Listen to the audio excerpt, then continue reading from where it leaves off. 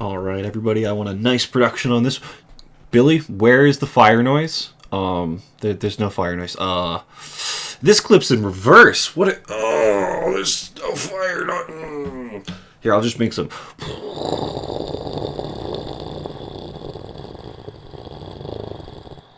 Do you think they've noticed?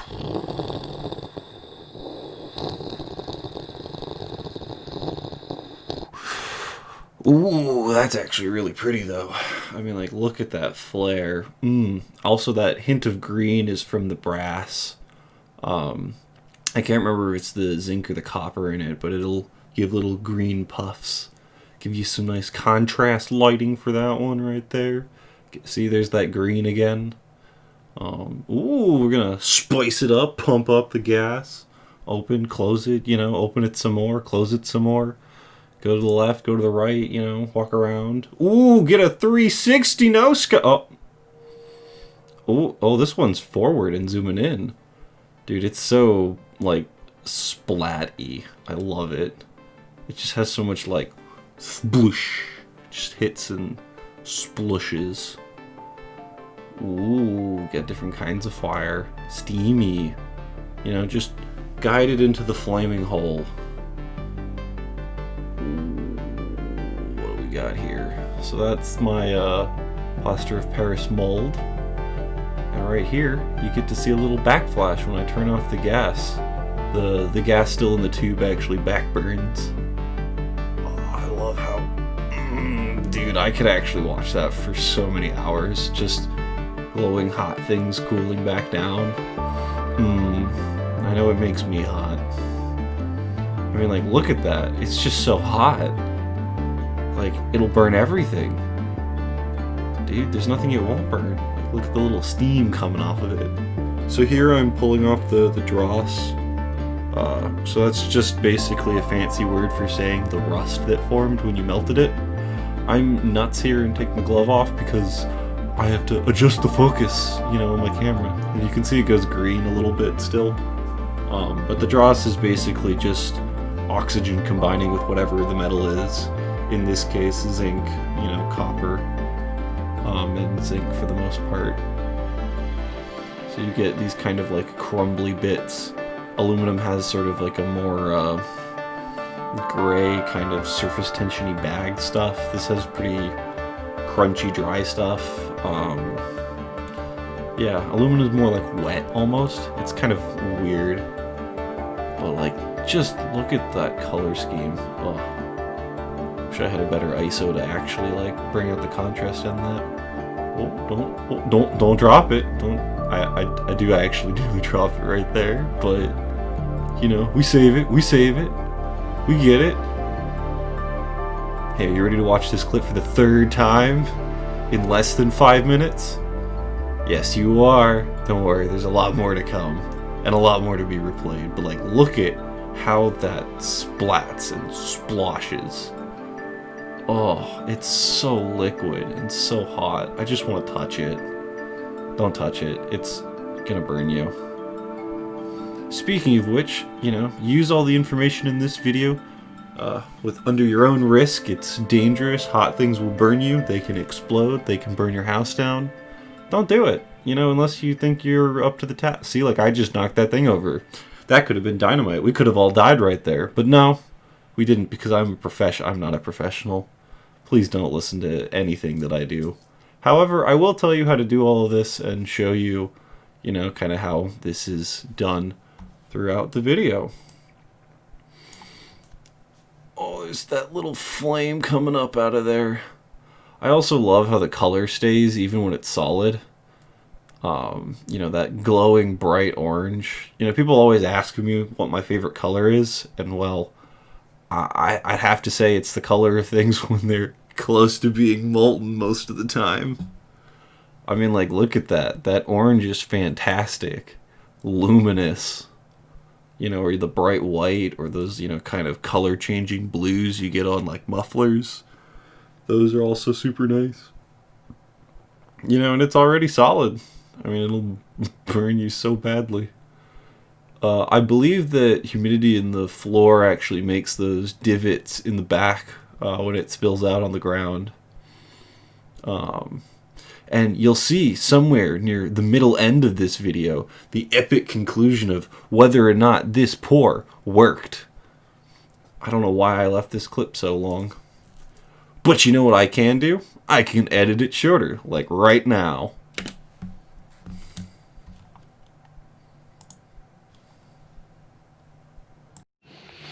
Alright, now the actual namesake of this channel is, well, Inferno and Dumpster Fire. And that's actually because most of what I've done and most of my background is in hot things and heat stuff. I'm a glass blower and I've been doing it for a good couple years. I won't say that I'm good, but I have a lot of it. And I got used to burning the hair off my knuckles and my eyebrows, you know, more than most people do. I also weld, as you've probably seen from other stuff. But the main thing I like to do actually is casting, to a degree. Again, I'm also not good at that, but I have a little setup that I've made that's pretty simple and I'm pretty happy with. I'll try not to block my second camera angle. But this is pretty much everything you need to melt brass to aluminum to probably copper. This gets you to around 2,000 degrees Fahrenheit, which can sometimes be a little tricky to get to. Usually you'll get to like 1,800, and that's good enough for like almost everything, but then there's some stuff that just doesn't really go, like copper doesn't really melt until I think like 19 something something. And because copper conducts heat so well, unless you get the entire amount that hot, it really doesn't melt in a way. I'll kind of maybe show you that in a second, but I have this. You open the propane bottle. We have a regulator that, you know, goes from 0 to 30 psi. I find that, you know, you start low and you adjust up, and that, you know, 10 to 15 seems to be about the sweet spot for this burner I've got here and this thing. I really like this burner. I recently just updated it. I've had, you know, a whole bunch of variations kind of from the King of Random and stuff like that over the years. But I've been a big fan of this one. It's been a lot less expensive. I saw a screenshot of something like it online. Of course, it was all made of stainless steel, and I've come to the conclusion that you don't have to make it out of stainless steel. In fact, you can save yourself, you know, like $150 and not make it out of stainless steel, because they're super expensive out of stainless. This is a 10-inch pipe nipple that's 1 inch in diameter. This is a 1 inch to, I think, 2 inch or 1.5 inch reducer or expander, I guess, depending on the direction you're going. In this case, it's an expander. And then over here, this is a 2-inch PVC T with an insert so that I can thread it into this. So it's just a reducer from 2-inch to 1-inch pipe thread. You can get all this stuff at Home Depot. Same thing with this valve and whatever probably you need to hook up to the propane line. So this operates on a Venturi. And actually inside here, if I can get my screen to light up again so that I can actually see, you'll see that there's a welding tip in there that's been tapped in and then screwed in. I think it's a 0.06. It's whatever I actually have in my welder currently. And I'll see if I can find one of these. Yeah. So this is the little tiny welding tip. I realize this camera doesn't really focus in close, but this one does. If I focus it. So this is the little weld tip right here. It's got a little hole in it. You can see the light pass through it. And that is the jet that you shoot your propane through. And what that does is it gives you a Venturi effect, which is that the high pressure gas from that nozzle streams down that way, creating a fair amount of velocity and moving gas that goes that way. And what it ends up doing is it sucks air in from out here because all the gas is moving inwards, as it's, you know, it's like shooting a jet of water, you know, from a hose, like on the stream mode where it's like a jet, you know, and it'll push stuff. So this pushes, you know, the gas out of the way in here, which creates low pressure in here, sucks air in here, mixes all together in the tube, and then burns, you know, really well. So you get that good mixture of oxygen to fuel so that you get a better, more, you know, stable burn. This also just burns a lot. And you'll see that, like, compared to a barbecue grill, This is much angrier and a much more aggressive way of burning propane. I'll actually get that propane bottle really cold, like frost will almost start forming on the bottom if I run this thing for a while. I've never had that with a barbecue. Maybe if you do it long enough. The next component of this thing is you need a forge or a furnace or a thing to keep all your heat trapped inside. And that's what I have here. This top surface is made of plaster of Paris and sand. There's a whole bunch of YouTubers that already made stuff about that. I have mixed feelings about it. It's cheap and it's easy to a degree. It's not the nicest to work with. Like, you're working with wet mud, you really have to make a mold for it. And if you don't make a good mold for it, it gets everywhere and it just makes a whole mess. The other bigger issue I have with this thing is, one, it's heavy as fuck. And two, it seems to disintegrate over time exposed to heat. It also gets these weird colorations sometimes, and it just kind of generally falls apart. It's a very temporary solution. Like, I will have to remake this lid at some point, and I'm not excited about that. What I recently done is use more of that ceramic fiber insulation that, again, I really shouldn't touch by hand, but my fingers are calloused enough that it usually doesn't matter. And I relined all this. So this stuff is pretty great and pretty convenient. It's basically like a sheet almost. It's pretty stiff sometimes. And you can just coil that up and it goes up to like 2300 degrees Fahrenheit. And then in here I have a graphite crucible that now is stuck to the bottom because there's a whole bunch of melted aluminum in there that must have overflowed because I wasn't paying attention when I was filling it. Anyway, there's a whole lot of dross and stuff on this, and this thing's cracked a little bit. It's not long for this world. Anyway, this is how I generally get things really freaking hot. What I do is I stick a MAP gas torch in here, let it burn, and then I slowly open that valve until it lights properly. You may find you have some things to play with to get it to work correctly. The size of this to the size of that to the size of that hole that exits can be fairly important.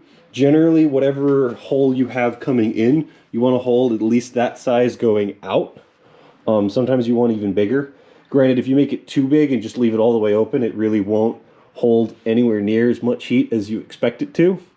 And that's detrimental for other reasons, for the purpose of melting anything. And then I know also when I burn this outside of an enclosed container in just atmosphere, I have to plug one of these because it just sucks in too much air and it blows out its own flame front. So inside this, there's a flame front, is what it's generally called, and it's where the actual ignition point is.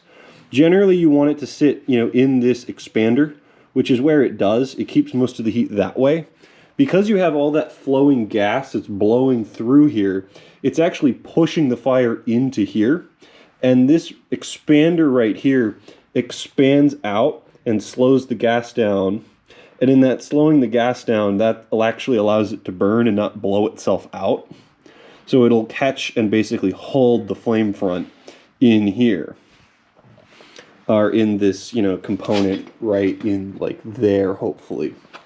Not, burning in the tube or burning back here or just blowing itself out entirely, because none of those are good. So this can all be kind of a pain in the ass to really lock down and get going.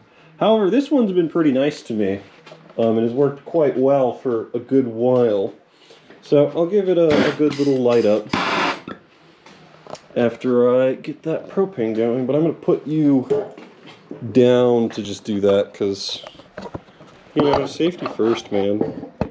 This stuff does want you dead.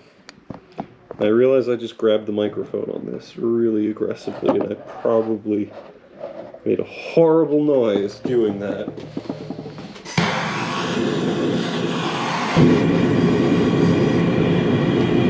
It's also kind of loud. It's not the loudest burner I've seen, but it's certainly not the most quiet. See, it's already starting to get orange in some of the spaces down there. I can I can't really get closer than this because it actually will burn me. Just the heat, the radiating off of it. You can tell that it's got a real big old flame in there. All right, I guess this is as set up as I need to be. I'll pull it out halfway through to show you what the end looks like.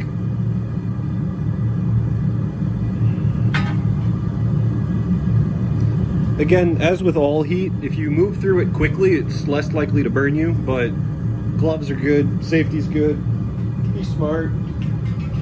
I'm gonna have to stand here probably with my hands for a while, just kind of keeping it from falling around too much. And, you know, we'll just watch it sink in there.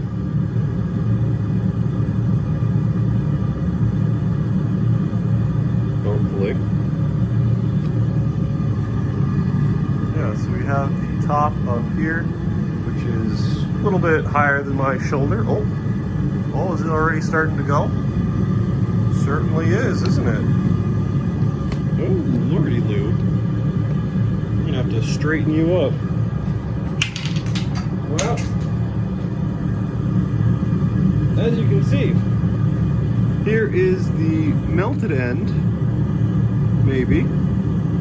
It gets kind of an interesting sort of shape and look to it. You can kind of see the grain structure in it a little bit. Putting lines on my gloves. It's a little hot. You can see sort of the crystalline structure of the aluminum as it sort of begins to melt and slough off. This time I'm going to hold it straight so it goes in. You'll see I'm not pushing it or doing anything. It's not an extra deep hole. I mean, it'd be a really funny idea if it was, but it'll just melt itself in there. You know? As it goes. It might be short enough now that I can just leave it alone and I realize it's out of focus. And now, yeah, you'll see it just kind of drop in there. I mean, like, look at it go. It just eats it.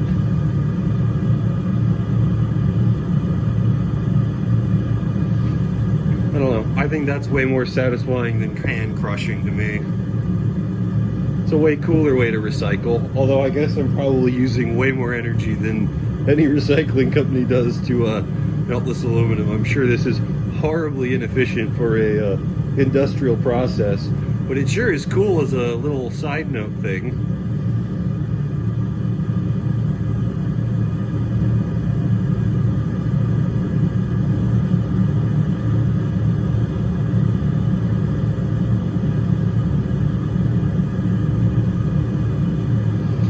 And it doesn't take that long for it to get hot either. It's a couple minutes probably, maybe 10. I don't know, I haven't been doing this for that long and it already goes. Granted, casting tends to take longer than you expect it to, so you're like, oh, it'll be 20 minutes to melt it, and then it'll be like 2 minutes to pour it, and then I'll be done. And then it's like 4 hours later and you're just wondering how you got here, and you're covered in soot and your eyebrows hurt because they're burned off, and you just, you know, not even close to casting anything. Anyway, you know, that's just the experience of it. So now what I'm going to do is I'm going to grab the crucible, you know, the bigger version of this little guy, out of there with my tongs, put it on the ground, probably show you a little bit of what it looks like, pull the dross off, aka the oxide that is built up on the surface, as the liquid metal is far more reactive to oxygen than the solid metal.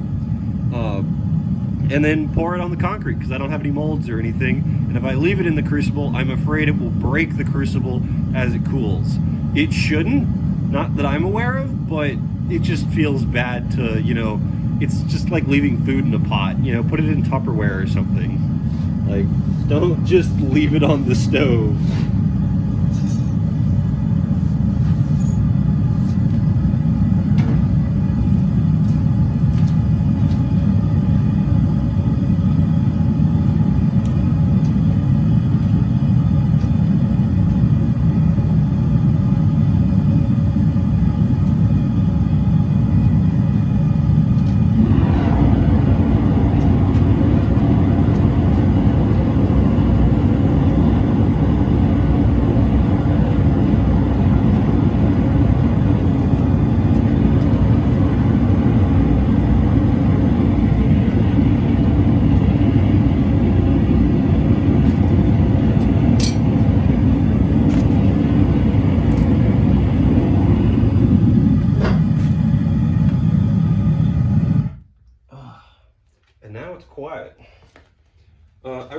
actually a lot of aluminum in there to pour on the floor.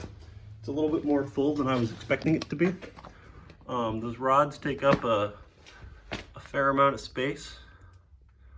So I generally try and pull some of the dross off.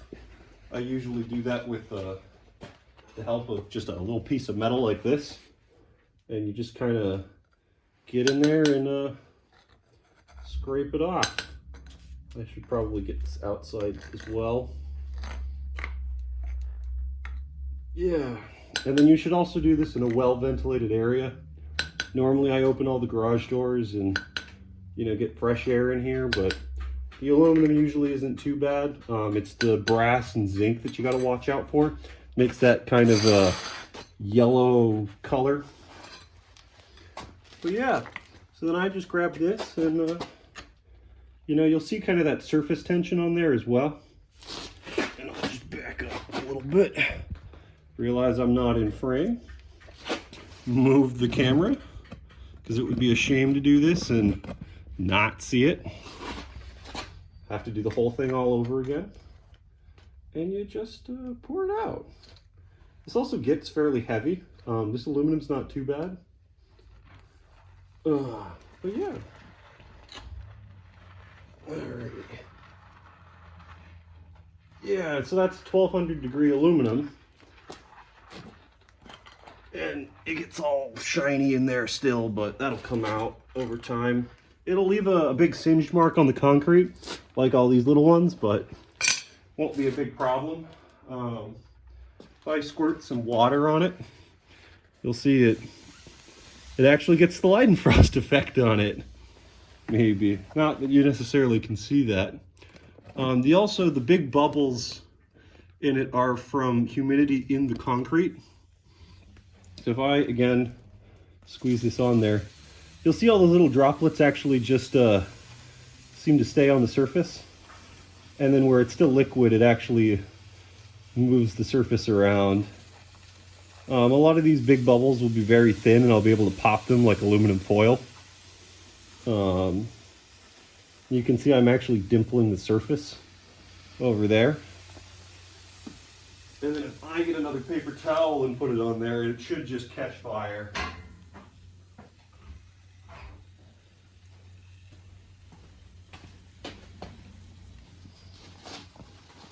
And yeah, it does. It does absolutely catch fire. Would you look at that? Dun, dun, dun, dun, dun, dun. Again, those gloves, great. This is solid. I actually can probably pick it up with them for a little second or two. Maybe enough to, it does solidify pretty quickly being aluminum, which is nice. The one thing that does suck about these gloves is trying to pick things up off of the surface. It's really hard, that's flat. So like these thin little metal things. Oh, I seem to have broken it as I was impatient. Granted, I'm gonna remelt this down again anyway, but it would have been cool to been able to show it to you as one big old piece. And yeah, you can see all the scorch marks on the floor. The floor will also be pretty hot for a while. I don't know if it's hot enough to boil this water, but oh yeah, it is. I find water is a very good way of testing if something will burn you. If the water boils instantly, don't touch it. Whatever you just don't touch it. If the water doesn't boil instantly and steams off gently, it probably will still burn you, and you got to take a second to get used to it or to let it go. There's still one water droplet spinning around on there. Yeah.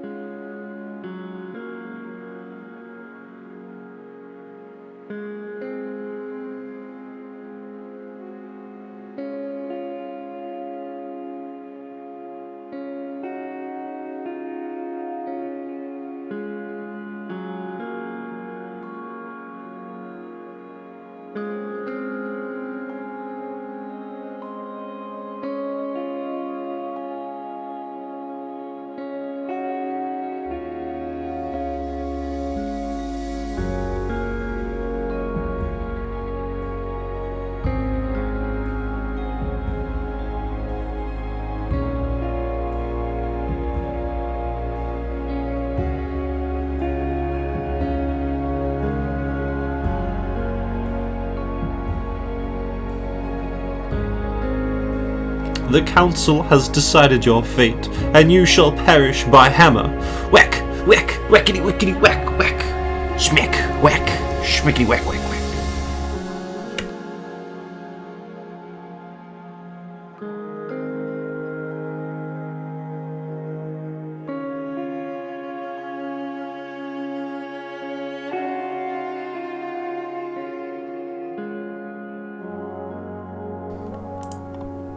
You cannot keep your secrets forever, Q. Oh, I've already broken you open. Hey, do you wanna take a guess what that is? I already know the answer. It's a Mandalorian helmet. And in my utter rage at failing to cast this in brass, I shall burn it and cast it into the flame. This also proves that you actually can melt the plastic.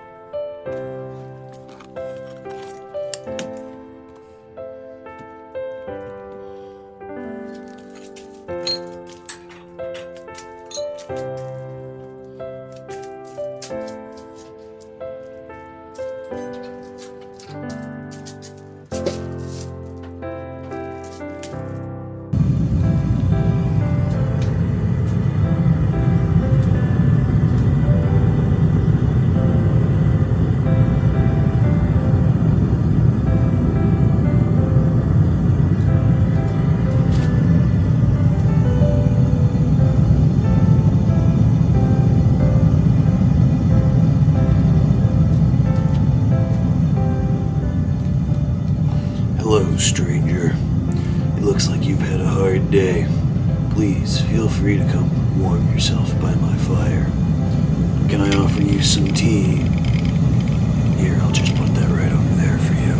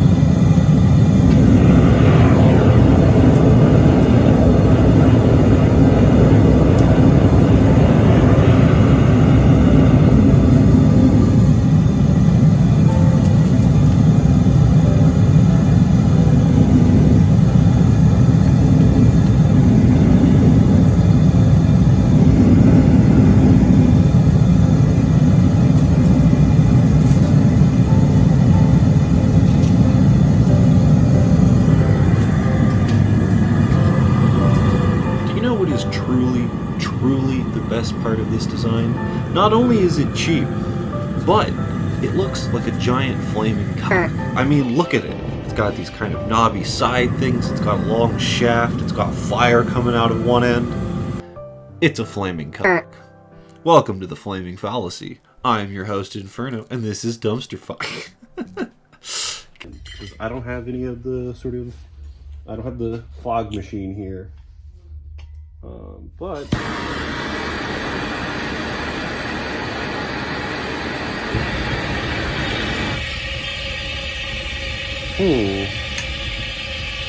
so that, I believe, is too much air. And if I cup it, oh, not enough.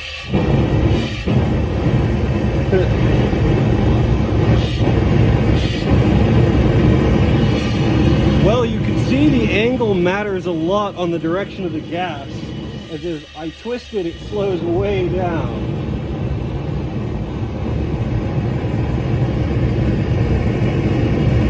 Additionally, if I cover both of the air intakes, it'll also slow down.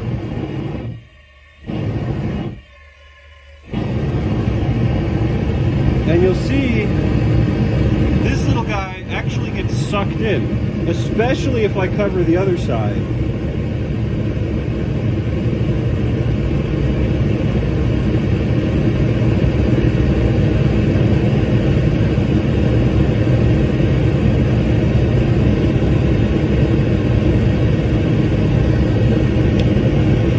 Like a ton, but you know, it does some suction, and that just kind of proves the point of the high pressure gas pushes that way and then pulls in oxygen to burn over there. And if I cut off the oxygen, the burn flame goes way down.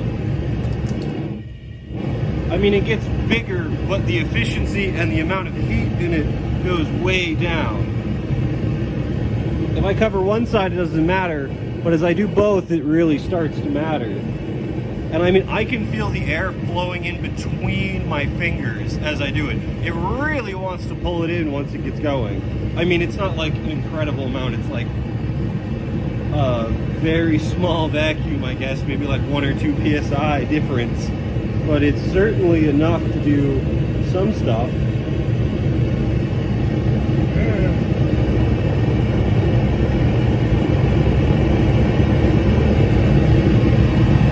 I get my little, this little guy, put that in there. It's just a pie tin or a muffin tin. I use them for casting on occasion.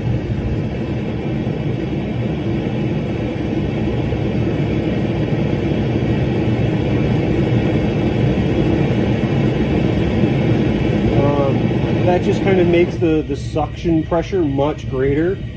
You'll see it really will slip in there.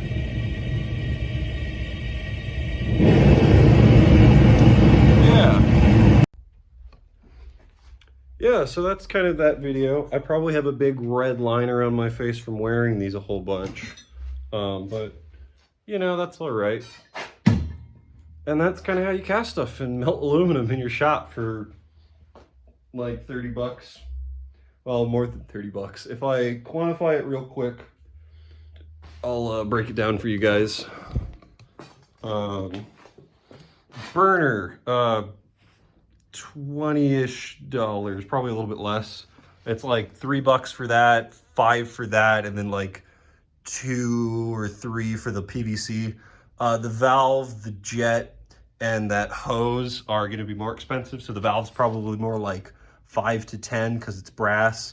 The welding tip will be pretty cheap.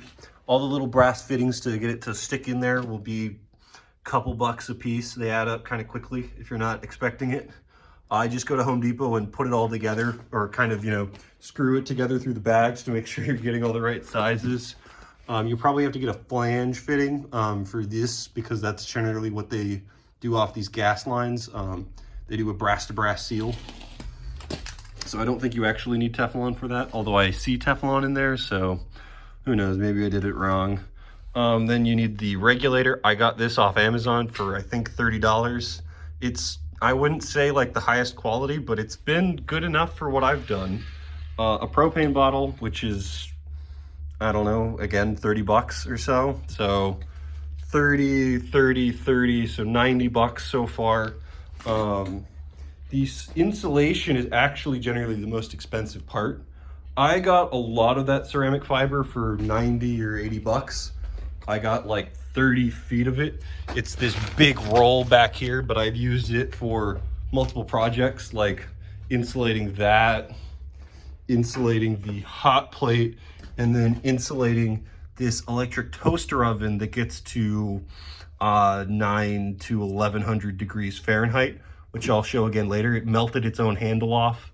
I haven't kind of fixed it yet because I had some power issues originally with this guy, but not important. Anyway, the insulation, if you get a smaller amount to fill that, will be less. Similarly, if you do the plaster of Paris and sand, the sand's like $5 and the plaster's probably more like 15. And that's usually enough. Like you get a big bag. I think my bag of plaster is here, and I think this is all I used to make that originally, and then I still have some left over, so it doesn't take a ton. And then I recommend using like a 5-gallon bucket as your sort of template for your size initially. You should probably be able to get like a steel galvanized bucket at Home Depot or something like that, which will work. I will caution you though that galvanized steel tends to not be as good because when they galvanize the steel, they coat it in zinc. And when zinc burns or gets overheated, it off-gasses some zinc byproduct or whatever, which is extremely toxic and bad for you. It's actually what gives those kind of like yellow sulfur like stains on things that you may have been kind of noticing around in here. I'm trying to see if there's any like left on here, but like that yellow right, this thing's still screaming hot. That yellow, like right there, is like all zinc because that was a galvanized plated piece. Similarly, these are galvanized. They don't get as hot though. Then you can see it leaves this yellow kind of like all over the place. There's still a lot of heat in there. And it's really not good for you. So you want to avoid galvanized. Additionally, melting brass. The brass has zinc in it as well. It'll give you this beautiful like cyan, blue, teal, turquoise, green flame. It's, you know, something out of Harry Potter, and you're like, dude, this is wicked, and then it means it's actually trying to kill you. So ventilate it really well, open all your doors, go outside.